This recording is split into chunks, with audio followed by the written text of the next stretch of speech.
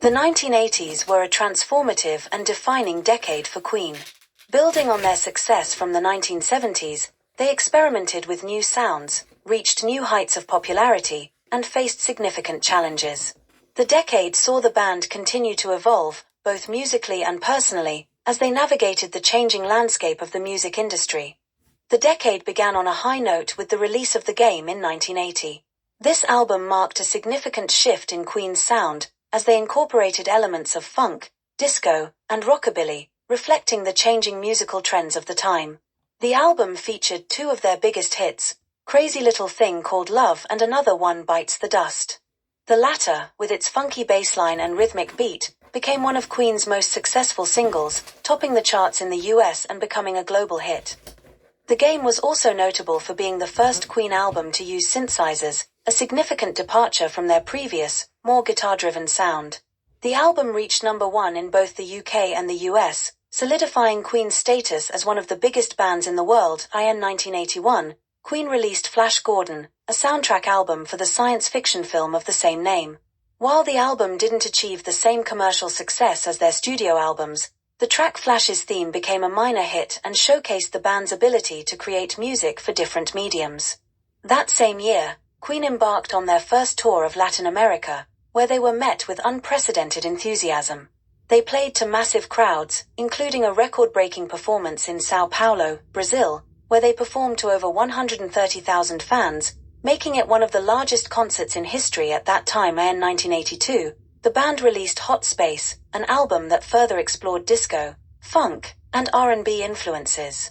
The album was a departure from their earlier rock-oriented sound, and while it included the hit Under Pressure, a collaboration with David Bowie, Hot Space received mixed reviews and was less commercially successful than their previous efforts.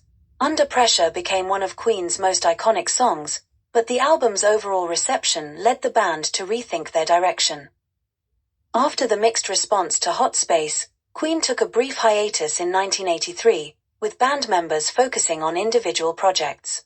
During this period, Freddie Mercury worked on solo material, while Brian May and Roger Taylor also pursued side projects. Queen reconvened in 1984 to record The Works, an album that marked a return to their rock roots, while still incorporating some of the pop and electronic elements from their recent experiments.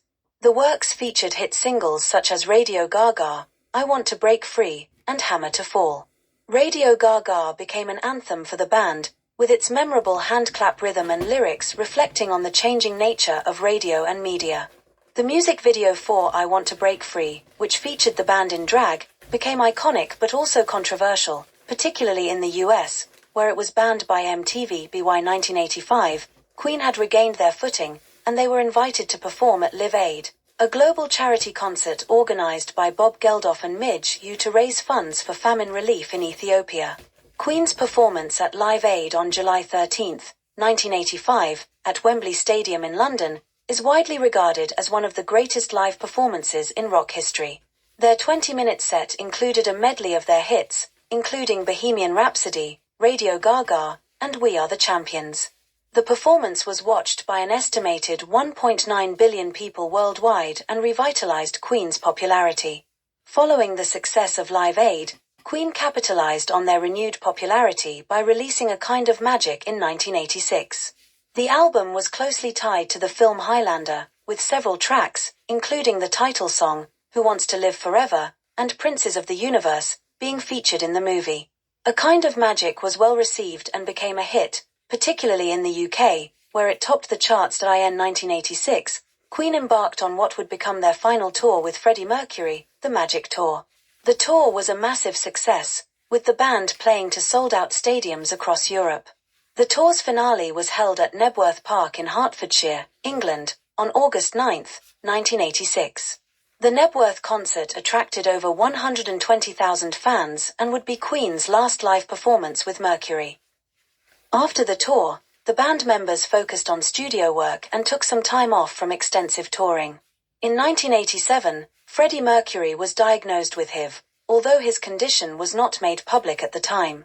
Despite his illness, Mercury continued to work with the band, recording new material and maintaining his energetic persona. In 1989, Queen released The Miracle, an album that reflected the band's unity and creative resurgence despite Mercury's declining health.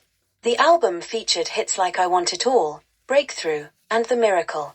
The Miracle showcased a more collaborative approach to songwriting, with all members contributing equally to the tracks, and the credits were collectively attributed to Queen. The album was a commercial success, particularly in Europe, and reinforced the band's status as rock legends. By the end of the 1980s, Queen had solidified their place as one of the most influential and beloved rock bands in history. The decade had seen them navigate shifts in the music industry, experiment with new sounds, and deliver some of the most memorable performances of their career. Despite the challenges posed by Freddie Mercury's illness, the band remained creatively vibrant, setting the stage for their final years together. The 1980s were a period of both triumph and tribulation for Queen, marked by musical experimentation, a return to their rock roots, and their unforgettable performance at Live Aid. Their ability to adapt and evolve, while staying true to their identity, ensured their continued success and left an indelible mark on the history of rock music. There are thousands more great videos like this on the channel.